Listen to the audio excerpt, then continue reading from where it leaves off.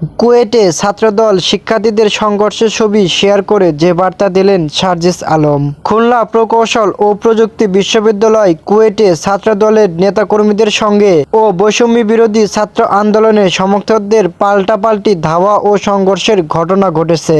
মঙ্গলবার বিকালে বিশ্ববিদ্যালয়ে ছাত্র রাজনীতি নিষিদ্ধ করার দাবি নিয়ে এ ঘটনা ঘটে।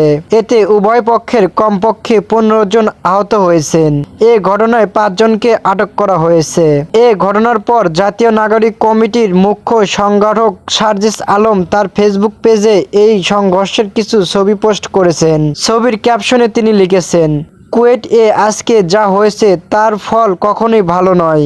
ছাত্রলীগের বৈশিষ্ট্য আর শেষ পরিণতি থেকে শিক্ষা নিতে না পারলে দিন শেষে অবস্থা ছাত্রলীগের মতোই হবে। অপরদিকে বৈষম্য বিরোধী ছাত্র আন্দোলনের কেন্দ্রীয় মুখ্য সংগঠক আব্দুল হান্নান মাসুদ ফেসবুকে পোস্টে লিখেছেন, কুয়েটে ছাত্রদল নিষিদ্ধ সন্ত্রাসী সংগঠন ছাত্রলীগ স্টাইলে যে নৃশংস হামলা চালাচ্ছে, এর মধ্যে দিয়ে ক্যাম্পাসগুলোতে ছাত্রদল নিজেদের রাজনৈতিক কবর রচনা পথেই অগ্রসর হলো। এই ঘটনাকে কেন্দ্র করেই বৈষম্য বিরোধী ছাত্র আন্দোলন খুলনা নগর ও জেলা শাখার রাত 8টায় প্রতিবাদ বিক্ষোভ মিছিল ও সমাবেশের ঘোষণা দিয়েছে।